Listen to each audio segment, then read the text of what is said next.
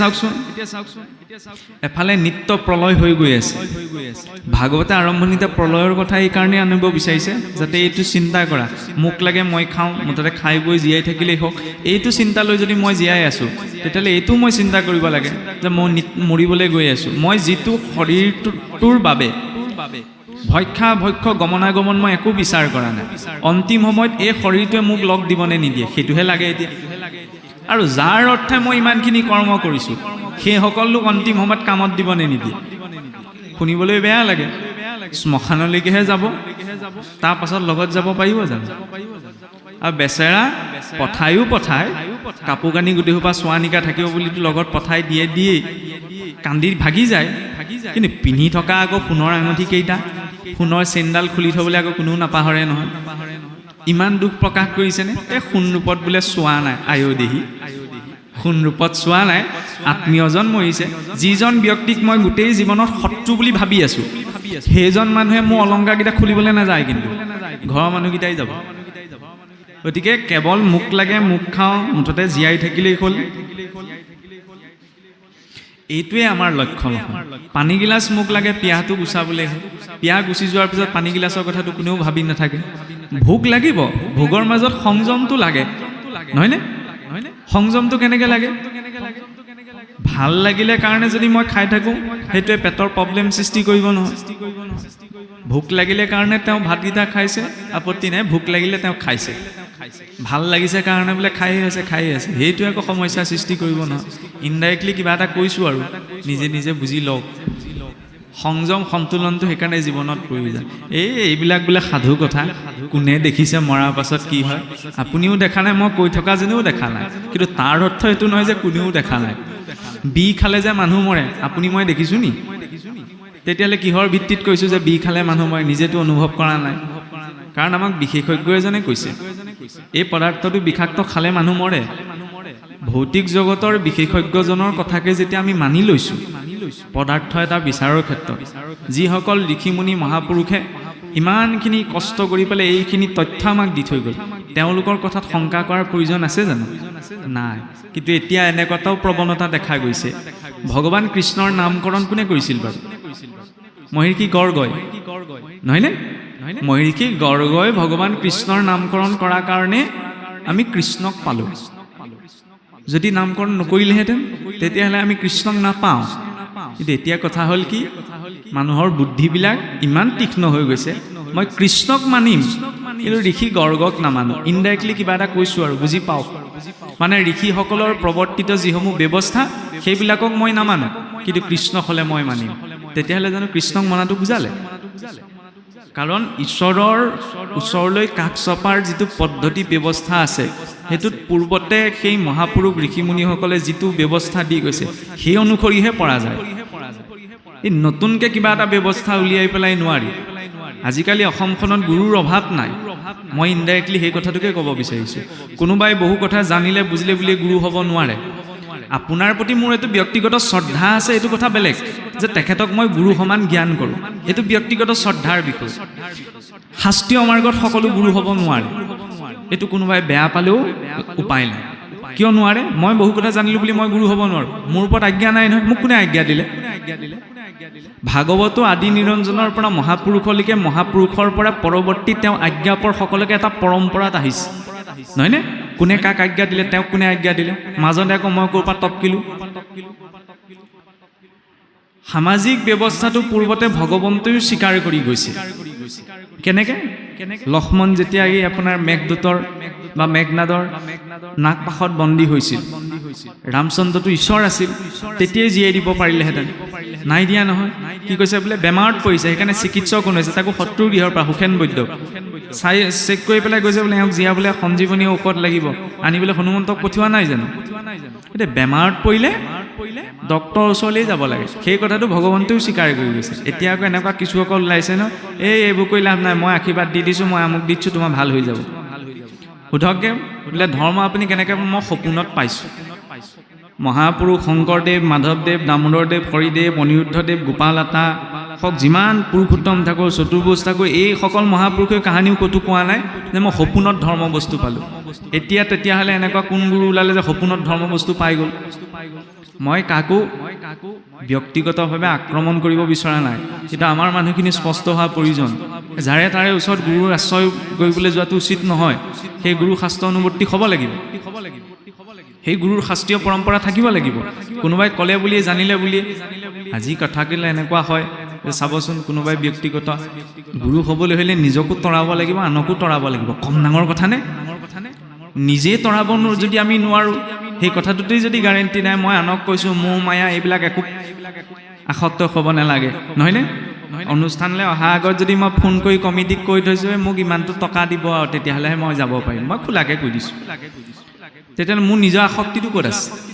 আপোনাৰ গৃহলৈ মোক মাতিছে, মোৰ ঘৰলৈ আপুনি যাব, মই সামৰ্থ্য অনুসৰি আপোনাক শুশ্ৰূষা কৰিম, নহয়নে? আপোনাৰ মোৰ ঘৰলৈ আপুনি যাব, আপুনি মোক ফোন কৰি ক'ব নালাগে, মই পোৱাৰ লগে লগে হ'লে মোক পানী এঘটি দিব, চাহ তামোলকণ দিব, মই জানো নহয়, মই দিম মোৰ সামৰ্থ্য অনুসাৰে। গতিকে আপোনাৰ গৃহলৈও মই গ'লে আপোনাৰ সামৰ্থ্য অনুসাৰে শুশ্ৰূষা কৰিব। মই ক'ব বিচাৰিছোঁ কি, আমাৰ গোটেই বিষয়খিনি কোনোবাখিনিত খেলি মেলি এটা হৈ আছে। সেই খেলি মেলিটো অকণমান দূৰ কৰিবৰ সময় হৈ গ'ল। নহ'লে গতানুগতিক ধাৰাটোতেই যদি বিষয়বিলাক চলি থাকে, তেতিয়াহ'লে কিন্তু কেৱল কৰি থকাৰ কাৰণে কৰি থকা হ'ব।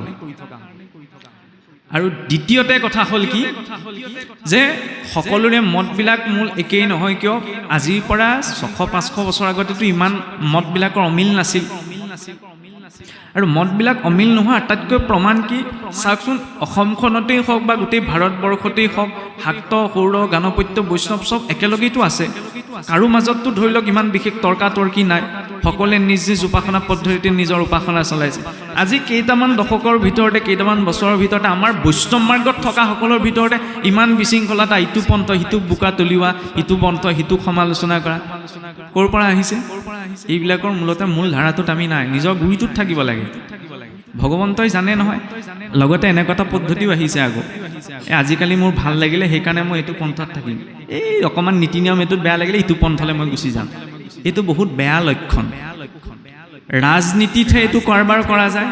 এইটো দলত থাকিলে সুবিধা নাপালোঁ বোলে ইটো দললৈ গুচি গ'ল। মই খোলাকৈ কৈছোঁ, ধৰ্ম ৰাজনীতি নহয় নহয়। আৰু ঈশ্বৰে জানে নহয় আপোনাক ক'ত জন্ম দিব লাগে। আমি যেতিয়া কৈছোঁ ঈশ্বৰৰ ইচ্ছাত গছৰ পাত এখিলাও লৰচৰ হোৱা নাই, ঈশ্বৰে জানে মোক কোনটো কুলত কোনটো মাৰ্গত জন্ম দিব লাগে। সেই অনুসাৰে স্বধৰ্মে নিধনং চিৰ পৰধৰ্ম ভয়াৱহ। মহাপুৰুষে ইমান কষ্ট কৰি আমাক স্বধৰ্ম দি থৈ গ'ল, আকৌ তাত এৰি পেলাই জলৈ তলৈ সুবিধা চাই পেলাই কিয় যাব লাগিছে? সকলো ধৰ্মৰ প্ৰতি সন্মান আছে, কিন্তু নিজৰ ভেটিটো এৰি আনৰ ভেটি ৰক্ষা কৰিলেতো নহ'ব, নহয়নে? এনেকুৱা কিছুমান কিন্তু হৈ আছে। মই প্ৰত্যক্ষ ৰূপত সকলো কথা ক'ব নোৱাৰোঁ, কিন্তু নিজ নিজ আমি সকলোৱে দেখি শুনি আছোঁ। গতিকে নিজৰ মতে বুজি লওক। আৰু যাই হওক, এতিয়া চাওকচোন, নিত্য প্ৰলয়ৰ কথা কৈ থাকোঁতে বহুত কৰবা পালোঁলে। সেইকাৰণে কোৱা হৈছে মই সন্মুখত ভাগৱত ভাগ লৈও কথা ক'ব পাৰোঁ, কিন্তু ভাগৱত ভাগ লৈ এইকাৰণেই নাই লোৱা, কাৰণ ভাগৱতৰ প্ৰতিটো শাৰীত কোৱা কথাষাৰ মই নাই কোৱা।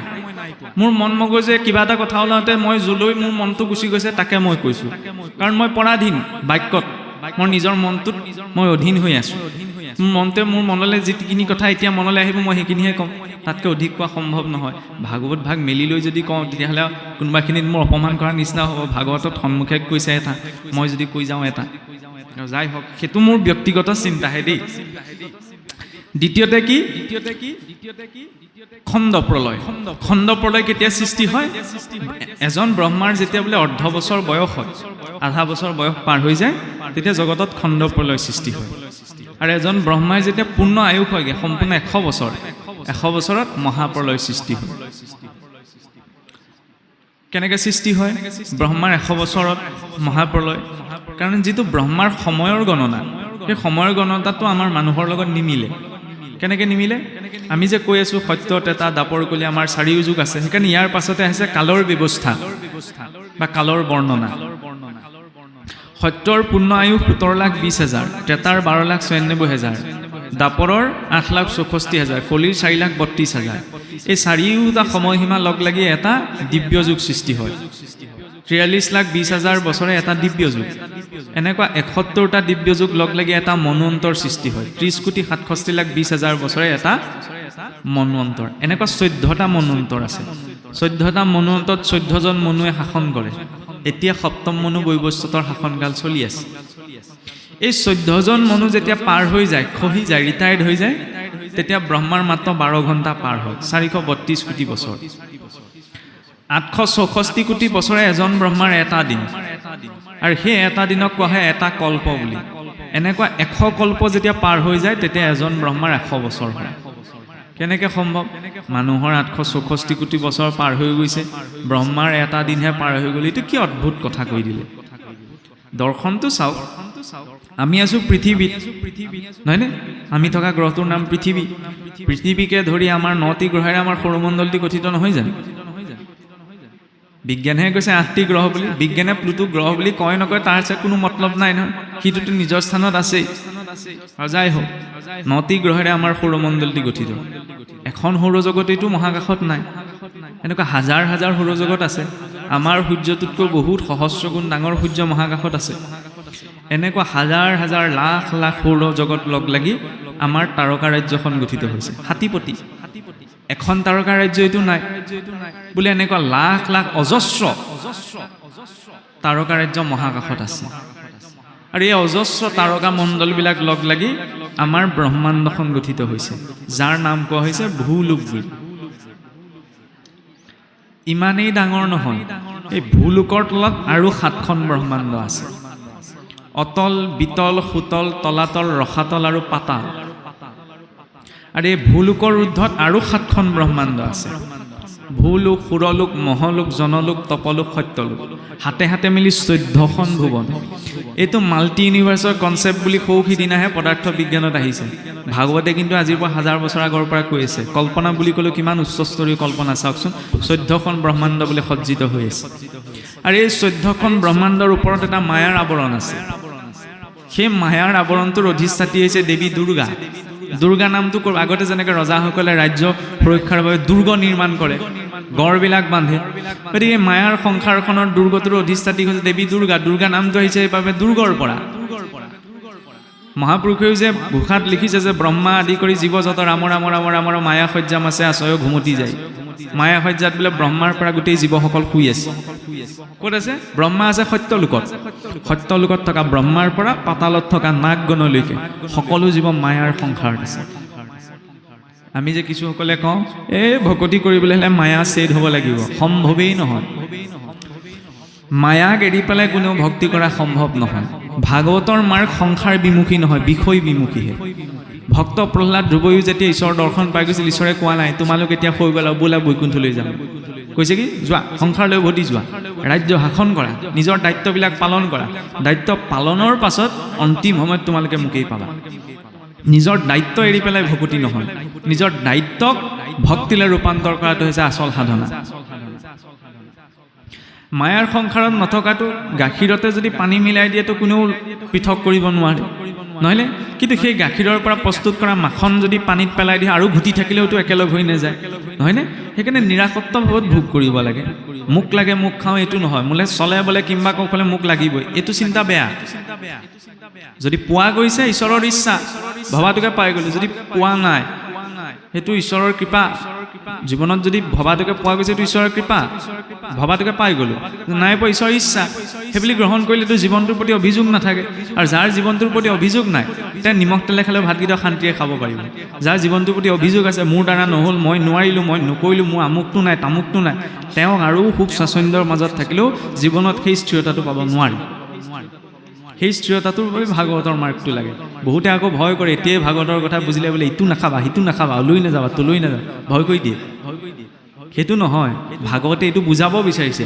84 লাখ জুনি পাৰ কৰি মানুহৰ শৰীৰটো পাইছা কেৱল খাই বৈ জীয়াই থাকিলে হ'বনে এইটো কেতিয়া মৰি যায় ঠিক নাই গতিকে কেৱল খাই বৈ জীয়াই থকাতে উদ্দেশ্য নহয় কিমান শুদ্ধতা আৰু সাত্বিকতাৰ মাজত আমি নিজৰ জীৱনটো পালন কৰিব পাৰোঁ সেইটোহে মনুষ্যত্ব নহয়নে নহ'লে খাই বৈতো কুকুৰ মেকুৰী জীয়াই আছে আহাৰ ভয় নিদ্ৰা মৈথুন সামান্য মিতত পশুভি নৰায়ণ আহাৰ ভয় নিদ্ৰা মৈথুন এইবিলাক ক্ৰিয়াকৰ্ম অন্য জীৱ মানুহৰ মাজত একো পাৰ্থক্য নাই হয়নে এতিয়া এই মায়াৰ আৱৰণটোৰ আকৃতি এটা উপবৃত্তাকাৰ গোলকৰ নিচিনা সেইবাবে ইয়াক শাস্ত্ৰত হিৰণ্যগৰ্ভ বুলি কোৱা হৈছে এনেকুৱা হিৰণ্যগৰ্ভৰ ভিতৰত 14খন ব্ৰহ্মাণ্ড আছে আৰু এনেকুৱা এটা গোলক পিণ্ডই নাই এনেকুৱা অজস্ৰ কোটি অনন্ত কোটি হিৰণ্যগৰ্ভ নাৰায়ণৰ প্ৰতি ৰুমকূপত বিৰাজিত হৈ আছে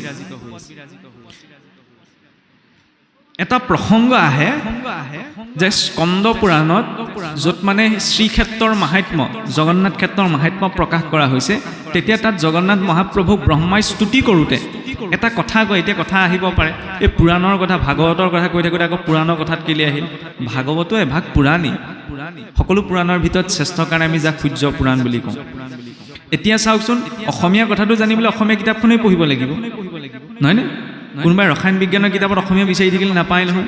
গতিকে যিটো বিষয় য'ত আলোচনা হৈছে, এতিয়া কথা প্ৰসংগ এটা আহে, ক'ব বিচাৰিছে ব্ৰহ্মাই যেতিয়া স্তুতি কৰোঁতে মহাপ্ৰভুক কয় যে প্ৰভু আমি 300 কোটি ব্ৰহ্মাণ্ডৰ ব্ৰহ্মাই তোমাক স্তুতি কৰিছোঁ। তাত যে এই সংখ্যাটো আহিছে 350 কোটি। গতিকে শাস্ত্ৰত এনেকুৱালৈও মেনশ্যন আছে কিমানবিলাক এনেকুৱা ব্ৰহ্মাণ্ড আছে, বোলে 350 কোটিখন ব্ৰহ্মাণ্ড সৃষ্টিত বৰ্তি আছে। কাৰণ আৰু সিমানজন ব্ৰহ্মাও আছে। ব্ৰহ্মা এটা পদবীৰ নামহে। ব্ৰহ্মা পাৰ্মানেণ্ট এজন ব্যক্তি নহয় নহয়, ইন্দ্ৰও এটা পদবীৰ নামহে। গতিকে এই সকলো ব্ৰহ্মাণ্ডৰ ঊৰ্ধত আছে কি? বৈকুণ্ঠ। ন তদ ভাসয়তে সূৰ্য ন শশাংক ন পাবকঃ ইয়দু গত্ত ন নিবৰ্তন্তে তদ্ধামং পৰমং মম। যি বৈকুণ্ঠত চন্দ্ৰ সূৰ্যৰ কোনো জ্যোতিৰ প্ৰভাৱ নাই, ঈশ্বৰৰ ব্ৰহ্মজ্যোতিৰে প্ৰকাশমান। যি স্থানলৈ জীৱ এবাৰ গ'লে আকৌ পুনৰ সংসাৰলৈ আহিব নালাগে, সেইখন হৈছে বৈকুণ্ঠ। আৰু সেই বৈকুণ্ঠৰ 7টি ভাগ, 7টি ভাগৰ আৰ্হিত আমাৰ সিংহাসন ভাগ। বিশ্বৰ আটাইতকৈ ডাঙৰ মহাকাশ গৱেষণা কেন্দ্ৰটো হৈছে নাছা, নেশ্যনেল এৰোনটিকেল স্পেচ এডমিনিষ্ট্ৰেশ্যন। সেইটোৱেও ইমানখিনি কল্পনা কৰিবগৈ পৰা নাই। মহাপুৰুষে আপোনাক মোক 14খন ব্ৰহ্মাণ্ডৰ বাহিৰৰ এখন ব্ৰহ্মাণ্ডৰ আৰ্হি গাঁৱৰ নামঘৰত পাতি থৈ গুচি গ'ল। কম ডাঙৰ চিন্তা নে? কল্পনা বুলি ক'লেও ইমান চিন্তা কোনোবাই কৰিব পাৰিছেনে? বিশ্বত আজিলৈকে ডাঙৰ ডাঙৰ বিজ্ঞানীসকলেও পৰা নাই। তেতিয়াহ'লে এই আসন ভাগ পোৱাটো কম ডাঙৰ ভাগ্যৰ কথা নে? মানুহে ধুনীয়াকৈ বোলে গহীন গম্ভীৰ আৰু আসন ভাগ, এইটোৱেই নহয়। এইখন এখন ব্ৰহ্মাণ্ডৰ আৰ্হি, বৈকুণ্ঠৰ 7টি ভাগ। সেই 7টি ভাগৰ আৰ্হিটো বৈকুণ্ঠ, এই আসন ভাগ। কিয় প্ৰতিষ্ঠা কৰিলে? মহাপুৰুষে সেইকাৰণে এটা যোজনা লিখিছে, বোলে বৈকুণ্ঠৰ পৰা আহোঁ একেলগে বাটত হেৰাল লগ, সত্যত এটা দাপৰত বিচাৰি কলিত পাইছোঁ লগ। জীৱসকল আদিতে বোলে গোলোকতে আছে, আমুহি ঘৰত গোলোক বৈকুণ্ঠ। তাত থকাৰ পাছত জীৱসকলে মানে ভোগ কৰাৰ ইচ্ছা প্ৰকাশ কৰিলে, ঈশ্বৰে সংসাৰলৈ পঠাই দিলে। জীৱসকল সংসাৰলৈ আহিল, এই মায়াৰ আৱৰণটো যে ভেদ কৰি থৈ গুচি আহিল, সেইকাৰণে নিজৰ ঘৰখনৰ কথা পাহৰি থাকিলে। বাটত লগ হেৰাই থাকিল, কাৰণ সকলোৱে কৰ্ম ব্যৱস্থাসমূহ বেলেগ বেলেগ হ'ল। সত্যটো লগ নাপালে, টেটাটো নাপালে, দাপৰতো নাপালে, কলিত পাইছোঁ লগ বোলে। কলিত কেনেকৈ পাইছোঁ? কাৰো সৈতে কাৰো প্ৰত্যক্ষ চিনা জনা নাই। নামঘৰত বহি আছোঁ যেতিয়া, ইয়াত সকলো পৰিচয় এটা ঈশ্বৰৰ ভক্ত বা ঈশ্বৰৰ ভকত, ভকত ৰূপত চিনি পালোঁ। উভতিব কিয় লাগে? সিংহাসন ভাগ দেখাৰ লগে লগে জীৱৰ যাতে নিজৰ প্ৰকৃত ঘৰখনলৈ মনত পৰে, ঈশ্বৰৰ ওচৰলৈ উভতিব লাগে। এইকণ জিৰণিৰ বাবে পোৱা সময়হে। এইটো হৈছে আধ্যাত্মিক দৰ্শন ভাগৱতৰ। আৰু এই 14খন ব্ৰহ্মাণ্ডত যেতিয়া ব্ৰহ্মাৰ 432 কোটি বছৰ পাৰ হয়, তেতিয়া জগতত খণ্ড প্ৰলয় সৃষ্টি হয়। খণ্ড প্ৰলয়ত ব্ৰহ্মলোকৰ তললৈকে যিমানবিলাক ব্ৰহ্মাণ্ড আছে সকলো জলতমগ্ন হৈ যায়। তেতিয়াই ভগৱন্তই বৰাহ ৰূপত পুনৰ বসুমতীক উদ্ধাৰ কৰে, তাত পুনৰ সৃষ্টি নিৰ্মাণ হয়। আৰু যেতিয়া ব্ৰহ্মাৰ 100 বছৰ হয়, অৰ্থাৎ 100 কল্প পাৰ হৈ যায়, 100 কল্প পাৰ হৈ যোৱাৰ লগে লগে জগতত মহাপ্ৰলয় সৃষ্টি হয়। মহাপ্ৰলয় কেনেকৈ সৃষ্টি হয়? অনন্তদেৱৰ মুখৰ পৰা বোলে অগ্নি প্ৰকট হয়, আৰু সেই অগ্নিতে সমগ্ৰ বিশ্ব ব্ৰহ্মাণ্ড জ্বলি বোলে ছাই হৈ যায়। জগত যেতিয়া অগ্নিত প্ৰৱেশ কৰে, ইয়াৰ পিছত অগ্নি প্ৰৱেশ কৰে বোলে। অগ্নি মানে এতিয়া চাওকচোন, আমাৰ মানুহৰ শৰীৰটো পঞ্চভূতেৰে নিৰ্মাণ হোৱা বুলি কয়নে? অগ্নি আছে, জল আছে, ভূমি আছে, আকাশ আছে, বায়ু আছে। শৰীৰত যিখিনি তৰল পদাৰ্থ আছে সেইখিনি হৈছে জলৰ তত্ত্ব।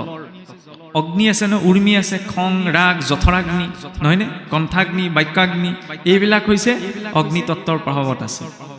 শৰীৰৰ যিটো কঠিন অংশ, এয়ে হৈছে ভূ অংশ, অৰ্থাৎ ভূমি অংশ। যি পঞ্চপ্ৰাণ আছে, প্ৰাণ, অপান, ব্যান, সমান, উদান, এই পঞ্চপ্ৰাণী হৈছে বায়ু তত্ত্ব।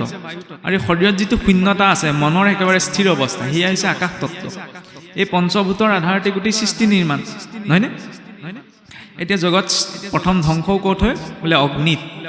অগ্নি প্ৰৱেশ কৰে জলত, জল প্ৰৱেশ কৰে বায়ুত, বায়ু প্ৰৱেশ কৰে আকৌ ৰিভাইজ গিয়েৰত চলে। সৃষ্টিত প্ৰথমতে মুকল খাই আহে আকৌ, কাৰণ প্ৰথমৰ পৰা সৃষ্টি কেনেকৈ প্ৰকট হৈছে চাব। প্ৰথমতে জগত ধ্বংস ক'ত হ'ব? অগ্নিত। অগ্নি প্ৰৱেশ কৰিছে জলত, জল প্ৰৱেশ কৰিব বায়ুত, বায়ু প্ৰৱেশ কৰিব আকাশত, আকাশ প্ৰৱেশ কৰিব প্ৰকৃতিত, প্ৰকৃতি প্ৰৱেশ কৰিব নাৰায়ণত। এইটো হৈছে জগতৰ ধ্বংসৰ ক্ৰম।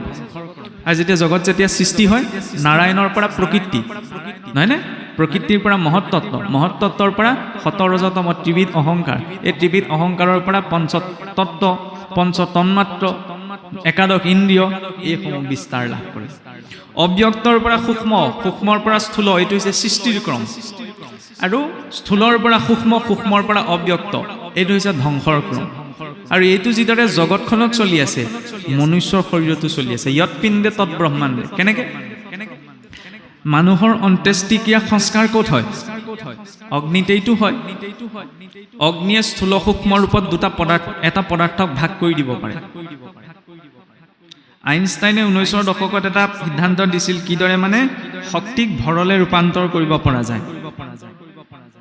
কিন্তু একমাত্ৰ আমাৰ সংস্কৃতিৰ অন্ত্যেষ্টিক্ৰিয়াৰ পদ্ধতিৰ একমাত্ৰ পদ্ধতি, যিটো পদ্ধতিত এটা ভৰক নিমিষতে শক্তিলে ৰূপান্তৰ কৰি দিয়া হয়, যিটো মনুষ্যৰ অন্ত্যেষ্টিক্ৰিয়া। যিদৰে মানুহৰ ধ্বংসটো অগ্নি আছে, জগতৰ ধ্বংসটো অগ্নি আছে, জগতৰ সৃষ্টিৰ আদিতো অগ্নি আছে। বিজ্ঞানত আমি পাইছো ন, মহানাদ বিস্ফোৰণ হওঁতে এক ডাঙৰ উষ্ণতাৰ বিস্ফোট হৈছিল আৰু তাৰ পাছত সৃষ্টিৰ বিকাশ পালে, তাতো অগ্নি আছে। আৰু মানুহৰ মাতৃগৰাকীৰ গৰ্ভত যেতিয়া পুৰুষৰ বীৰ্য আৰু স্ত্ৰীৰ ৰজ একেলগ হৈ গৰ্ভৰ প্ৰথম বিকাশ হয়, তাতো যথৰাগ্নিৰ নিৰ্দিষ্ট উষ্ণতা নোপোৱালৈকে গৰ্ভ বিকাশ সম্ভৱ নহয়, তাতো অগ্নি আছে। আৰু এই অগ্নি কেনেদৰে জলত প্ৰৱেশ কৰে? খেৰৰ দম এটা যদি দম কৰি থোৱা যায়, দেখিবলৈ কিমান ডাঙৰ লাগি থাকে, জুই লগাই দিলে সেইটো ৰূপ থাকিবনে? অগ্নিয়ে কি কৰে? স্থূল সূক্ষ্ম দুটা ৰূপত ভাগ কৰি দিয়ে, তাৰ পৰিমাণ কৰি। এতিয়া জুই লাগি যোৱা ছাইখিনিক যদি আমি পানী ঢালি দিম, পৰিমাণটো আৰু কমি আহিব, চাপ খাই আহিব, নহয়নে? সেইকাৰণে কি বুলি কৈছে? প্ৰথম অগ্নিত, অগ্নি প্ৰৱেশ কৰে জলত, জল ক'ত প্ৰৱেশ কৰে? বায়ুত। জল বাষ্পীভূত হৈ কলৈ যায়? বায়ুমণ্ডললৈ যায়। বায়ু কলৈ যায়? আকাশলৈ। আকাশ মানে ওপৰত দেখি থকাখনেই নহয়, আকাশ মানে হৈছে শূন্যতা। শূন্যতা মানে য'ত একো নাই, এইটো শূন্য নহয়। শূন্যতা মানে তাত ভৌতিকতাৰহে একো নাই, কিন্তু তাত অভৌতিকতা আছে। আৰু সেই অভৌতিক তত্ত্বত এতিয়া ক'ত প্ৰৱেশ কৰে? প্ৰকৃতিত। প্ৰকৃতি প্ৰৱেশ কৰে নাৰায়ণ। তেতিয়া নাৰায়ণে অনন্তকালৰ বাবে যোগ নিদ্ৰা গ্ৰহণ কৰে। আৰু এনেদৰে অনন্তকাল যোগ নিদ্ৰা গ্ৰহণ কৰাৰ পাছত যেতিয়া ঈশ্বৰৰ পুনৰ সৃষ্টিৰ সংকল্প জাগ্ৰত হয়, একৌহম বহুশ্যাম, যে মই এক ব্ৰহ্মই বহু হওঁ। নাহি জল নাহি স্থল নাহিকে আকাশ, নাহি মহাবায়ু চন্দ্ৰ সূৰ্যৰ প্ৰকাশ, একেশ্বৰে আছো মই আদি নিৰঞ্জন, সৃষ্টিও নাহিকে মুত নকৰে শুভন। জগতৰ সৃষ্টি আদি অৱস্থা কি? জল স্থল বায়ু একো নাই। নাহি জল নাহি স্থল নাহিকে আকাশ, নাহি মহাবায়ু চন্দ্ৰ সূৰ্যৰ প্ৰকাশ, একেশ্বৰে আছো মই আদি নিৰঞ্জন। একমাত্ৰ আদি নিৰঞ্জনেই এক ব্ৰহ্মৰ বৎসদেৱ বসুম্যগ্ৰ আছিদেই কমিব দ্বিতীয়। একমাত্ৰ দ্বৈত ৰূপত সেই ব্ৰহ্মই আছিল। মাতৃ গৰ্ভটো যেতিয়া জীৱৰ বিকাশ হয়, তেতিয়া অৱস্থা কি? না জল থাকে না স্থল থাকে, জলৰ বুদবুদৰ নিচিনা এটা অৱস্থা প্ৰাপ্ত হৈ থাকে।